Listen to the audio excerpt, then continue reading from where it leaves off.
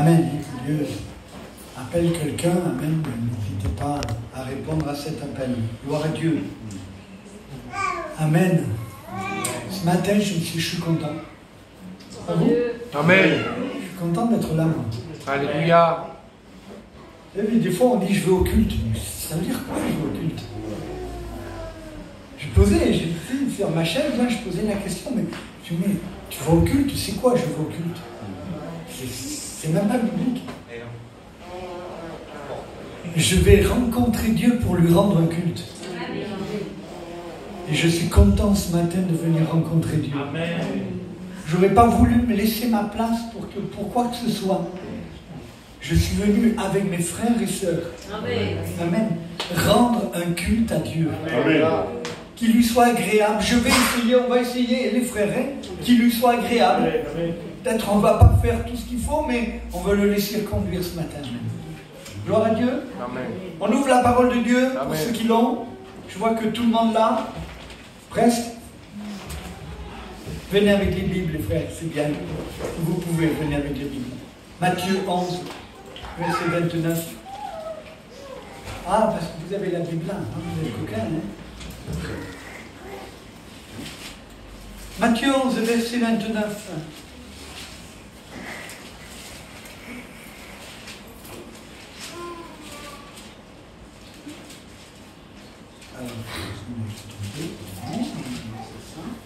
Alors, je suis à Jean.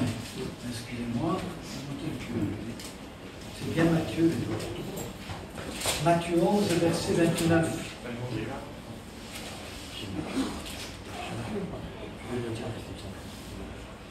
Verset 28. Venez à moi, vous qui êtes fatigués et chargés, et je vous donnerai du repos. Amen. Prenez mon joug prenez mon joug sur vous et recevez mes instructions, car je suis doux et humble de cœur, et vous trouverez le repos pour vos âmes, car mon joug est doux et mon fardeau est léger. Amen. Mon thème ce matin, c'est de vous parler de l'orgueil, mais non pas dans le but de dire « Ah, mais orgueilleux, on est tous orgueilleux, vrai ou faux ?» Moi le premier, je suis orgueilleux. Vous ne le saviez pas? Mais je vous l'annonce. Un jour, il y a une fille qui est venue me voir, elle devait avoir une trentaine d'années à peu près. Elle me dit « Frère, vous avez prié pour moi, j'étais toute petite. » Ah ben ouais, d'accord. Et elle me dit, j'étais sourde et j'étais guérie. Amen. Vous savez ce que j'ai pensé à moi? Heureusement que je l'ai passé à ce moment-là. Parce qu'à 20 ans, avoir guéri une sourde, j'aurais mes chevilles qui auraient explosé. Seigneur, garde-nous de l'orgueil. Amen. Le 3/4 des divisions dans les églises, c'est à cause de l'orgueil.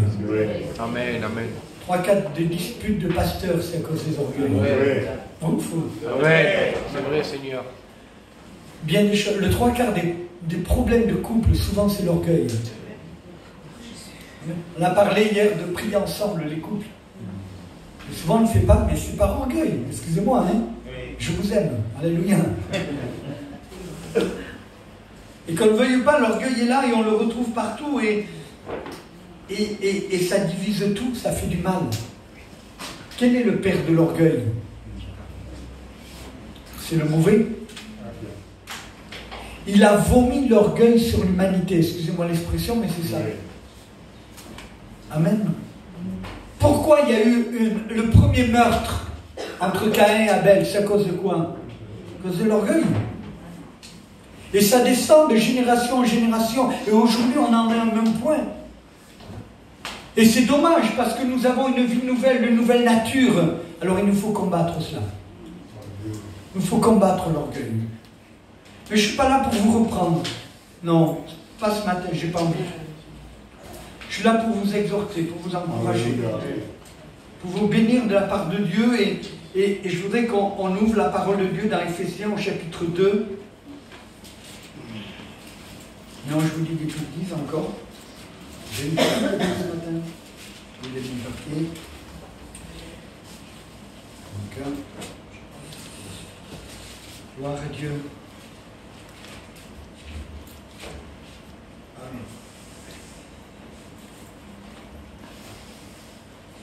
C'est Philippiens 2,5.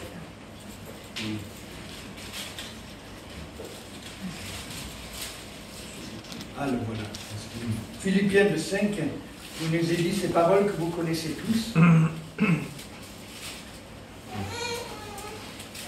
Ayez en vous les sentiments qui étaient en Jésus-Christ, lequel, existant en forme de Dieu, n'a point regardé le droit arraché d'être égal avec Dieu, mais il s'est dépouillé lui-même. Il s'est dépouillé lui-même. Amen. Il s'est dépouillé lui-même en prenant une forme de serviteur, en devenant semblable aux hommes, et après s'être trouvé dans la situation d'un homme, il s'est humilié lui-même en se rendant obéissant jusqu'à la mort, même jusqu'à la mort de la croix. C'est pourquoi aussi Dieu l'a souverainement élevé. Gloire à Dieu. Gloire à Dieu. Amen. Amen. Ayez les sentiments qui habitaient en Jésus-Christ. Amen. Alors on va parler de l'humilité de Jésus-Christ ce matin. Est-ce que vous voyez que Dieu est... Vous savez quand il dit « Je suis double et humble de cœur, recevez mes instructions ». Le texte original dit « Apprenez de moi ». Apprenez de moi. Et nous avons à apprendre de Jésus. Et comme nous aimons Jésus, nous le suivons et nous voulons marcher avec lui, nous devons le regarder. Comment il a fait?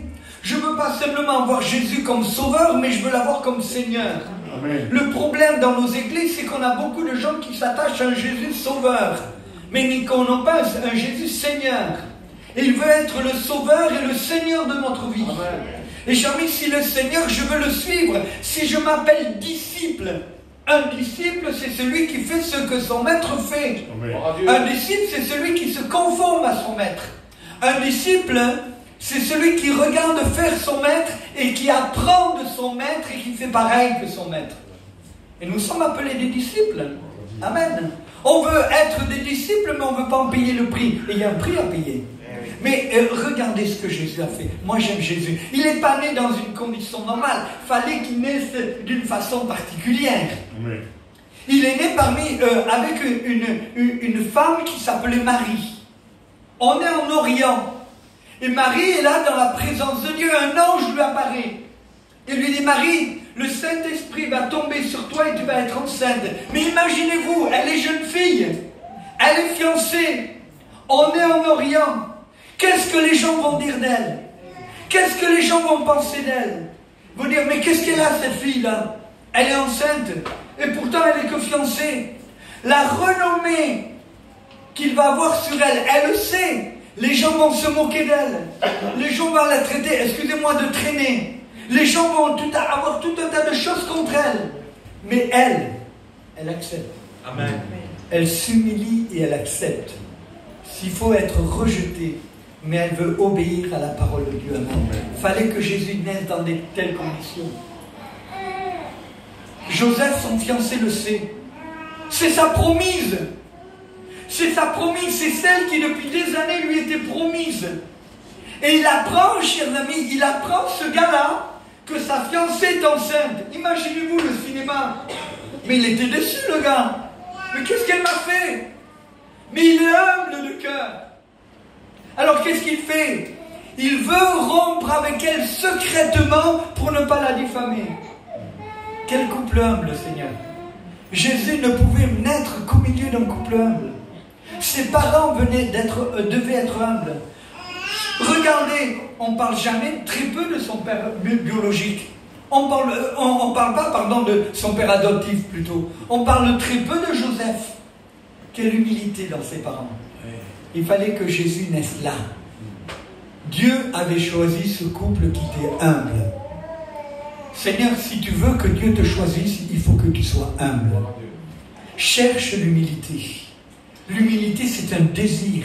Exerçons-nous à être humbles. Que le nom du Seigneur soit béni. Et nous voyons que même, vous vous souvenez, il est né dans une étable. Il était quand même roi, oui ou non? Amen. Il était fils de Dieu. Il aurait pu naître dans des palais. Il aurait pu naître, avoir un trône. Il aurait pu monter sur un trône dans le temple. Il aurait pu toutes ces choses. Mais il a préféré l'humilité. Il a préféré l'humilité.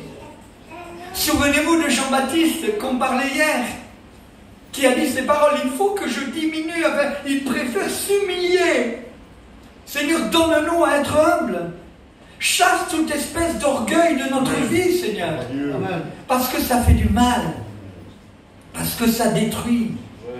Cher ami, un homme orgueilleux, une femme orgueilleuse, c'est un homme et une femme charnelle, qu'on ne veuille pas. Seigneur, mais je veux suivre l'exemple de Jésus. Je veux voir comment ça s'est passé. Et au lieu de, Joseph, au lieu de critiquer Marie, il aurait pu la dire, vous avez vu ce qu'elle a fait, ma fiancée? Il dit rien. Il veut même rompre secrètement pour ne pas lui faire du mal.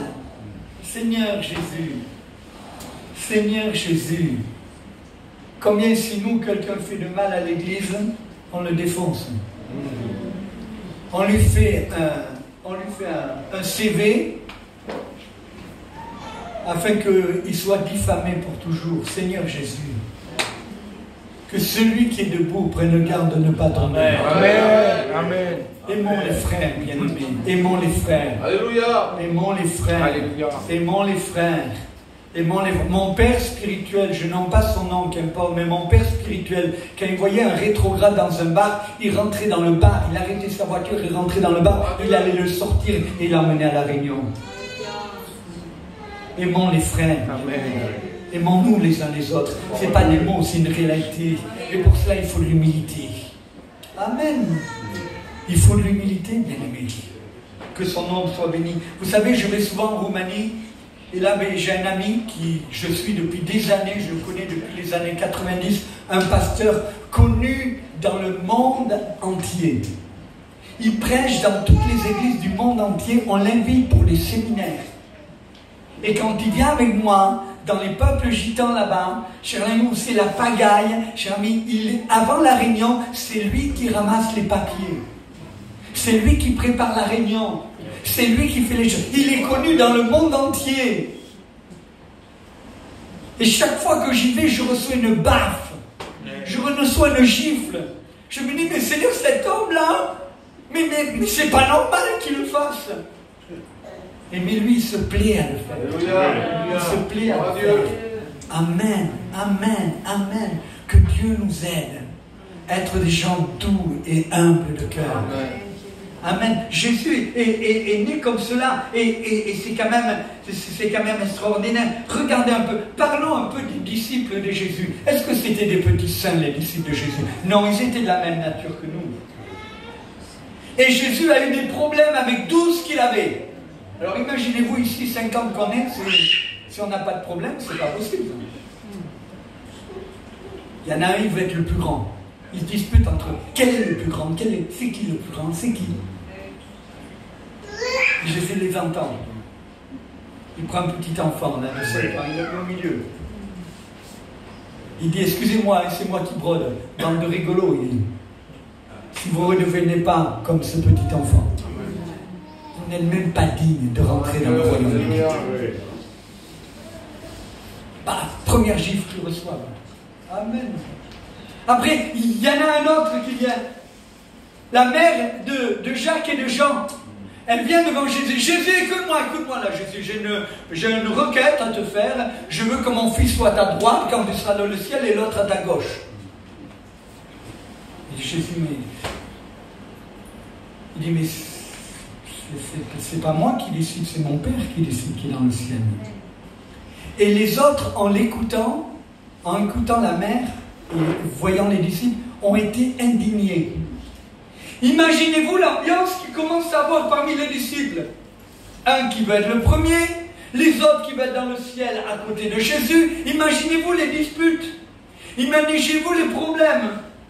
Un autre qui dit, je te suivrai par toi, Seigneur, t'inquiète pas, moi, j'irai partout où tu vas, moi, j'irai mourir avec toi. Il est avec des disciples comme ça. Comment il va faire pour régler le problème qu'il y a et l'ambiance qu'il y a parmi les disciples? Comment il peut leur parler de la Sainte Seine et faire l'institution de la Sainte Seine avec une telle ambiance? Comment on peut se permettre de prendre la Sainte Seine, cher ami, avec de l'orgueil dans les cœurs les uns contre les autres? Comment c'est possible? Comment c'est possible, bien-aimés? Jésus les réunit. Oh, que je l'aime. Amen. Il les met autour en rond là, il commence à se déshabiller. Il commence à se déshabiller. Il prend une bassine. Comment ça se fait qu'elle est là, cette bassine? C'est que Dieu avait inspiré un homme. Il avait suivi l'homme à la cruche pour préparer la table. Et c'est jamais un homme qui porte une cruche, c'est toujours une femme. Mais c'était conduit par l'Esprit. Dieu avait tout préparé. Et cet homme, conduit par l'Esprit, avait laissé un bassin. Amen. Il savait ce qui allait se passer. Et Jésus est en face de Pierre ou de Jean. Il se déshabille. Il se met à genoux. Il commence à laver ses pieds. Non pas les rincer, il les lave, les pieds. Il les regarde en face. Imaginez-vous celui qui voulait être le plus grand, quand il a vu Jésus à genoux, regardez dans les yeux. Imaginez-vous ce qui s'est passé dans le cœur. Imaginez-vous quand il est arrivé à Pierre. Pierre lui a dit, non, non, Seigneur, tu ne me laves pas. Il dit, tais-toi, tais-toi, arrête. Si je ne te lave pas, tu n'auras pas de part avec moi. Alors Seigneur, lave-moi. Non, non, non, non, non, je ne vais pas te donner une douche. Tes pieds, ça suffit. Que nous puissions marcher dans l'humilité. Amen. Comme lui, il a été humble. Amen. Regardez les autres comme étant au-dessus. Amen. Amen. Pourquoi toujours cette rivalité? Je ne suis pas là pour vous engueuler, excusez-moi l'expression, mais je ne suis pas là pour vous dire. Amen. Mais je suis là comme on est tous ensemble. Amen. Et moi-même, je me prêche à moi, chers amis. Et souvent, je me dis, ah, t'es un orgueilleux. Amen. Souvent, quand je vois mes réactions, excusez-moi, je devais travailler. Quand je vois mes réactions, je me dis, mais Seigneur, j'en suis encore là. Quand je vois mes réactions, je me dis, mais Seigneur, comment? C'est pas possible, Seigneur. Donne-moi à être humble. Donne-moi à regarder les autres comme étant au-dessus de moi-même. Donne-moi, Seigneur, à aimer les autres. Donne-moi, Seigneur, à vivre vraiment dans cette humilité, dans cette chose réellement qui te plaît, Seigneur. Je veux vivre ça. Et Jésus s'en va, après qu'il a fait ça. Il ne pouvait pas. Il n'aurait jamais compris la croix s'ils n'étaient pas passés par là. Et jamais un orgueilleux ne comprendra jamais la croix. Un orgueilleux ne comprendra jamais la puissance qu'il y a eu dans la croix. Un orgueilleux restera toujours sur ses positions. Non, j'ai raison. Ah, c'est pas beau. Amen. Amen. Aller demander pardon à un frère, ça brise l'orgueil. Amen. Amen. Amen. Ah, mais c'est pas moi qui ai tort, c'est lui. Mais c'est le plus spirituel qui se plie. Amen. C'est le plus spirituel qui va demander pardon. Mais quand même, c'est lui qui m'a fait du mal. T'occupe pas. Choisis de faire le bien. Humilie-toi. Dieu aime quand on s'humilie. Dieu aime quand on se plie.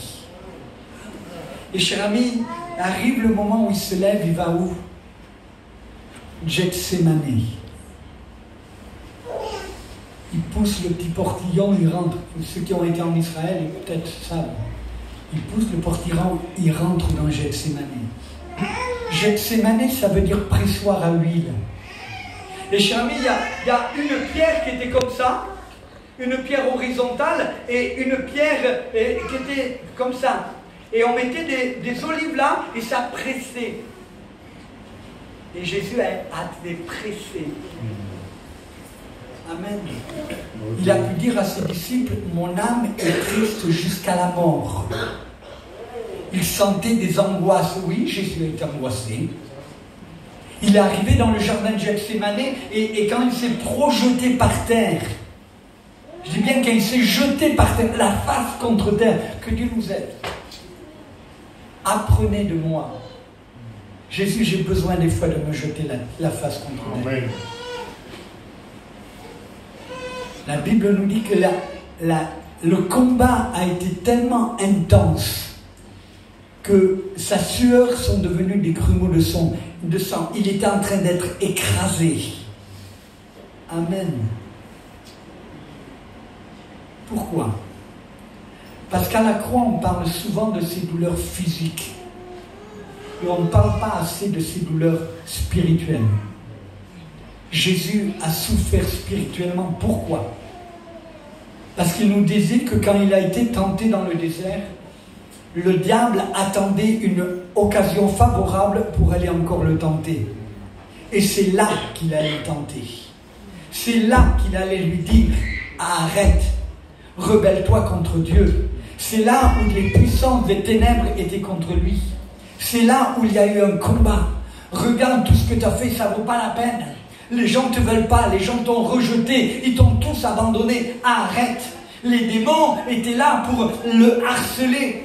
Surtout, le diable ne voulait pas qu'il passe par la croix. Surtout, le diable ne voulait pas qu'il se passe quelque chose, parce qu'il savait que s'il disait oui, il remportait la victoire. Et il ne veut pas, cher ami. Alors il essaie tous les moyens, et il y a une oppression sur Jésus. Il y a une oppression qu'il a, cher ami, où il essaie de tous les moyens. Et Jésus est dans le combat spirituel. Il s'humilie.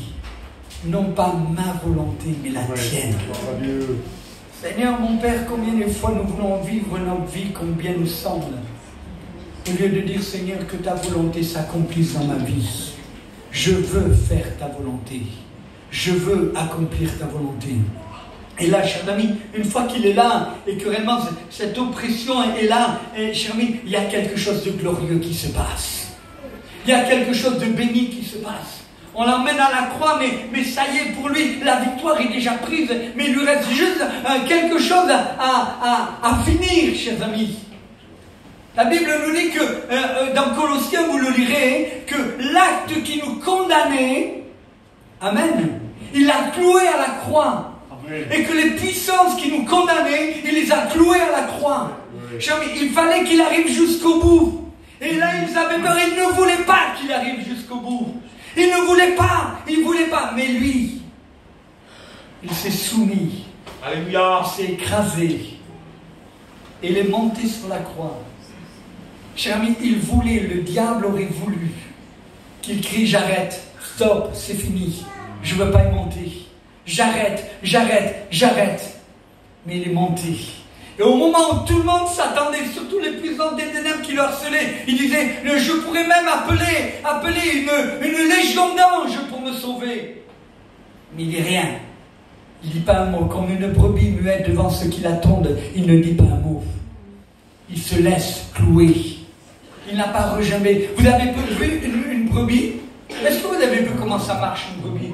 Une brebis, quand vous voulez l'attraper, c'est très difficile. Mais une fois que vous l'avez dans les bras, elle ne bouge plus. Elle ne bouge plus, elle se laisse faire. C'est étonnant, cher ami. Et Jésus, comme une brebis, il s'est laissé faire.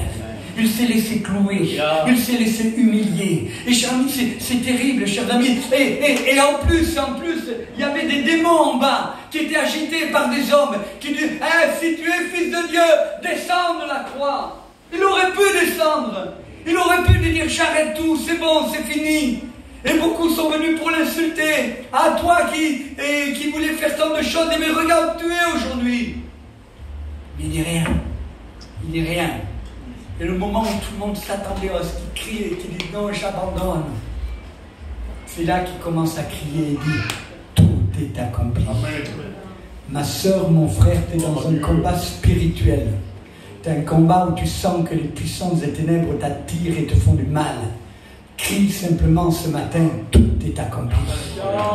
Quand je sais que le diable est là, et quand je sens des moments, je ne sais pas si vous êtes comme moi, mais des fois je sens de l'oppression, je sens des choses qui sont difficiles, je ne sais même pas comment prier, je ne sais même pas la formule qu'il faut dire, je ne sais même pas s'il y a une formule, mais je sais qu'il y a une chose que je peux dire avec autorité, c'est que tout est accompli. Et chaque fois que je sens que le péché m'environne si facilement, comme nous dit le livre des Hébreux, et que je me sens attiré par quelque chose, que je me sens attiré par de l'orgueil ou quoi que ce soit, je veux crier, tout est accompli. Afin que le diable ait la bouche fermée. Comme Jésus a su fermer la bouche, je veux lui dire, tout est accompli. Mais pour ça, il faut être humble.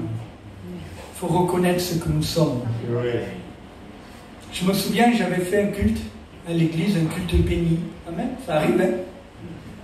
Alléluia. Oui. Tous les cultes sont bénis.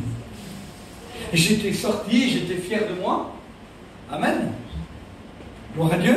J'étais là à la sortie, je saluais les gens et tout. Et je vois 3 personnes qui parlent là. Et 3 personnes qui parlent là. Et alors que j'ai été béni, il y a une pensée qui vient. Ils parlent de toi. Qu'est-ce qui est mauvais, Seigneur mon Père? Pourquoi ils parlent de moi? Qu'est-ce qu'ils ont? Pourquoi ils parlent de moi là? Qu'est-ce qu'ils ont à parler de moi? Qu'est-ce que j'ai fait? Qu'est-ce que j'ai dit? Je vois 3 autres qui parlent ensemble. Et l'ennemi qui me dit, parle de toi. Pourquoi ils parlent de moi? Pourtant j'ai un bon culte. Pourquoi j'ai bien prêché? Pourquoi ils parlent de moi? Aïe, aïe, aïe, aïe. J'ai couru dans mon bureau. J'avais un petit bureau à l'église. J'ai couru dedans. Je suis tombé à genoux. J'ai dit, Seigneur, s'il te plaît. Quel orgueil, Seigneur. Délivre-moi, Jésus. Amen. Libère-moi.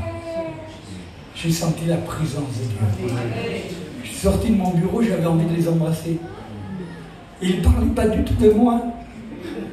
Ils parlaient d'une surprise qu'ils allaient faire à l'église. Comment on peut être tordu? Comment le diable peut nous rendre tordus par orgueil? Seigneur, donne-moi à être humble. Apprends-moi à être humble. Apprends-moi à rechercher l'humilité. Amen. Apprends-moi à être humble, Seigneur. La seule chose, comme disait votre pasteur tout à l'heure, c'est que lui soit élevé. Amen. Que lui prenne toute la place. Alors je voudrais que ce matin, alors qu'on est là et que on va... Vous savez, quand je pensais à Gethsémani, vous savez ce qu'il a dit à Judas? Mon ami. Tu rigoles ou quoi?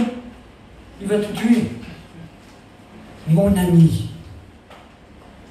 Seigneur, donne-nous, Seigneur, à vivre cette vie de soumission, à vivre cette vie de discipline, à vivre cette vie d'humilité. Le proverbe nous dit l'humilité précède la gloire. Amen. Ce que Dieu cherche de nous et ce que nous avons besoin, c'est d'être humble de cœur, bien-aimé. Être humble de cœur. Il était doux et humble de cœur. C'est pour ça que je vous ai dit depuis quelque temps, j'arrête les messages qui écrasent, qui détruisent, qui font du mal. Je veux les messages qui relèvent, qui encouragent, qui font du bien, qui construisent, qui nous permettent d'aller de l'avant, qui nous permettent de dire tout est accompli, Seigneur. Je ne manque de rien, j'ai tout en toi. Que son nom soit béni. Amen. Recherchez la gloire de Dieu plus que jamais. Chers amis, mais faites attention. Il m'est arrivé, et je vous parle pas en toute humilité, mais je vous parle avec mon cœur plutôt. Parce que en toute humilité, j'ai peur que ça ne soit pas vrai non plus. Alors je dis avec mon cœur, je vous parle. Un jour, il y avait eu des baptêmes. On avait une grande église, on était 2 frères, on avait une grande église. Et tout le monde est parti, chers amis de l'église. Et après les baptêmes, c'était un peu la pagaille, les chaises partout, les papiers partout. Vous connaissez ce que c'est. Après les baptêmes, il y a eu plein de monde. Il y avait plein d'inconvertis qui étaient venus. Et là, l'église était dans cet état. Et moi, j'habitais à côté de l'église avec ma caravane. Et je suis rentré dans l'église, j'ai dit, Seigneur, mon Père. Et une petite voix me dit, mais les frères, ils vont le faire. T'inquiète pas, ils vont les faire, les frères. Laisse faire. J'ai commencé à ranger les chaises, 300 chaises, une par une. Et je vous promets qu'une joie était dans mon cœur. Amen. Une joie était dans mon cœur. J'ai ramassé tous les papiers, j'ai nettoyé le baptistère, j'ai nettoyé. Le frère qui était à travailler avec moi, il rentre dans l'église. Qu'est-ce que tu fais? Il me dit, laisse faire. Je dis, non, c'est bien qu'on le fasse. Et il m'a dit, on l'a fait ensemble, amen. Que Dieu nous aide à rechercher l'humilité. Ça fait du bien de s'écraser. Ça fait du bien de s'écraser. Ça plaît à Dieu quand on s'abaisse. Ça plaît à Dieu quand on s'abaisse. Bien aimé, faites attention. Faisons attention à nos réactions. Faisons attention à nos pensées. Faisons attention à toutes ces choses. Mais Christ, lui, est celui qui nous aide par son esprit à être revêtu d'un esprit d'humilité. Amen. Que son nom soit béni. Amen. Je veux être avec vous tous et humble de cœur. Je veux ce matin, je veux l'aimer. Amen. Pas vous? Amen. Je veux l'aimer ce matin. Je veux dire, Seigneur, plus je te regarde et plus je veux apprendre de toi. Comment tu parlais. Vous savez, des fois on donne des tons à Jésus, peut-être qu'il n'a jamais employé. Peut-être des fois on dit à Jésus, oui, Jésus s'est mis à crier, il a dit ça, Jésus a dit ça, Jésus a dit ça. Faites attention, on ne sait pas comment ça s'est passé. Amen. Mais je veux connaître la vie de Jésus. Quand je me suis converti, je me souviens, il y avait un tel feu en moi que je soulignais toutes les paroles de Jésus en rouge. Amen. Gloire à Dieu. Et puis je les regardais, je voulais les savoir, je voulais les connaître, je voulais savoir, et je voulais connaître comment il a été. Nous sommes appelés disciples. Amen. Vous êtes d'accord avec moi que Jésus n'habite pas dans un temple? Amen. Amen. Il n'habite pas dans le film quelque chose de main d'homme, mais qu'au contraire, nous sommes le temple du Saint-Esprit. Et Dieu ne donnera pas sa gloire à quelqu'un d'autre. Dieu donne sa gloire et met sa gloire dans un temple, amen, qui l'honore et qui le glorifie. Seigneur, nous voulons en toute humilité ce matin essayer de te louer, essayer de te bénir. Amen. Vous êtes prêts à vous laver les pieds les uns les autres? Gloire à Dieu. Amen. Pas physiquement, hein, mais spirituellement. Les gens, ils ont eu peur. Ils disent, attends, on n'a pas la bassine, on n'a pas l'eau, comment on va faire? Comment ça va se passer? On n'a pas la javel. Vous êtes prêts à vous humilier les uns les autres? Gloire à Dieu. À vous regarder comme des frères. Amen. Et à rechercher l'humilité. Faites attention, mes bien-aimés, c'est vraiment une bête féroce. C'est vraiment quelque chose de mauvais. Analysez votre vie le soir avant de vous coucher. Seigneur, est-ce que j'ai réagi par orgueil? En répondant à cette sœur, en répondant à ce frère, en parlant à mon pasteur, comment j'ai réagi, Seigneur? Comment j'ai réagi? Vous savez, et je termine par ces paroles, Dieu a permis que je tienne une église pendant 19 ans, pas mal. Je me demande comment ils sont arrivés à me supporter. 19 ans. Et je me plaignais. Les seigneurs, quand même, ils sont difficiles. Ils sont difficiles. Vous savez ce qu'il m'a répondu, le Seigneur?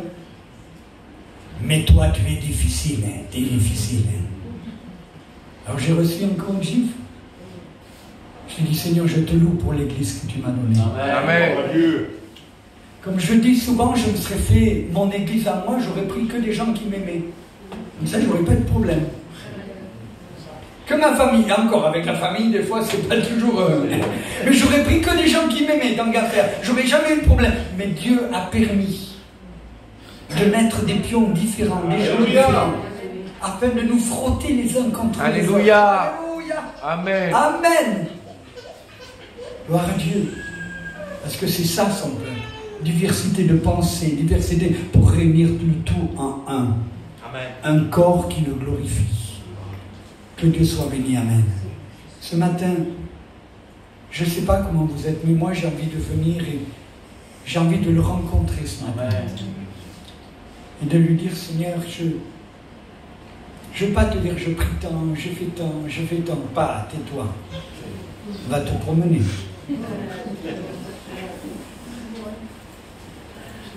Je veux simplement te dire, je te loue, Seigneur. Amen. Comment un Dieu si grand a pu penser à moi? Oui. Comment un Dieu si puissant, Alléluia. si plein d'amour, si plein de compassion a pu penser à moi? Et de quoi s'humilier ce matin devant lui? Dire, Seigneur, je n'ai pas les mots pour te louer. Vous savez, des fois je le loue et je me dis, ça veut dire quoi? Je loue, je dis, je te loue, Seigneur, et tout. Et je mets mes mains comme ça et hop, je ne sais plus quoi dire. Je veux réellement être dans l'humilité, dans sa présence. Et le laisser envahir mon cœur. Amen. Ce matin, je ne sais pas comment tu es venu. Avec quelle intention tu es venu. Je ne sais pas si tu es venu au culte, ou pour prendre un culte. Même ça, ce n'est pas biblique, je ne prends pas un culte. Je suis venu pour rendre un culte à Dieu. Un culte qui lui soit agréable. Amen. Oh bien-aimé, je vous en supplie au nom de Jésus. Recherchez l'humilité. Regardez à Jésus, le chef et le consommateur de votre foi. Regardez à lui, les yeux fixés sur lui. Comment il a parlé, comment il a marché, comment il a été, comment il a réagi, qu'est-ce qu'il a dit. Je veux le connaître et le connaître davantage. Je ne veux pas attendre le dernier jour pour le connaître où il me dira « Arrière de moi, je ne te connais pas, je veux le connaître. » Amen. Amen. Ce que Dieu veut, c'est que nous le connaissions tous. Amen. Et que nous arrivions tous à la connaissance de la vérité. Amen. Jésus, je veux te connaître. Pourquoi? Pour mieux t'aimer, pour mieux te ressembler. Nous sommes appelés, je termine par cela, je vais être court ce matin, mais nous sommes appelés à lui ressembler. Vous avez lu le livre Le Sadhu Siddhartha, pour ceux qui l'ont lu? Non, peut-être pas. Amen. Le Sadhu Siddhartha était tellement plein de Jésus qu'une fois une maman parlait à sa petite fille et lui dit, tu vois, Jésus, il est comme ça, il est comme ça, il est comme ça. Jésus, il est comme ça. Et la petite fille, elle s'est fait tout un tas de trucs et elle pensait, ah, Jésus est comme ça. Et sa maman l'enseignait, lui disait comment était Jésus. Et un jour, le sadhu est frappé à la porte. Et elle a ouvert la porte, et elle a regardé, elle a couru vers sa maman. Maman, il y a Jésus devant la porte. Que nous puissions être revêtus de Jésus. Qu'on voit que lui est bien-aimé. Amen. Quand il levait les mains vers le ciel. Amen. Des fois, je trouve mes paroles tellement petites, pas vous. Pourtant, Dieu les accepte. Amen. On ne cherche pas des paroles intelligentes. Et quand je le vois, que j'entends dire, Seigneur, tu as caché ces choses aux sages et aux intelligents, mais tu l'as révélé à tes enfants. Amen. Nous sommes tes enfants, Seigneur. Et nous voulons connaître ton nom, ta vie, afin d'apprendre de toi à être doux et humble de cœur. Que son nom soit béni. Amen. Vous l'avez compris, le Seigneur? Il est qu'on le loue ce matin.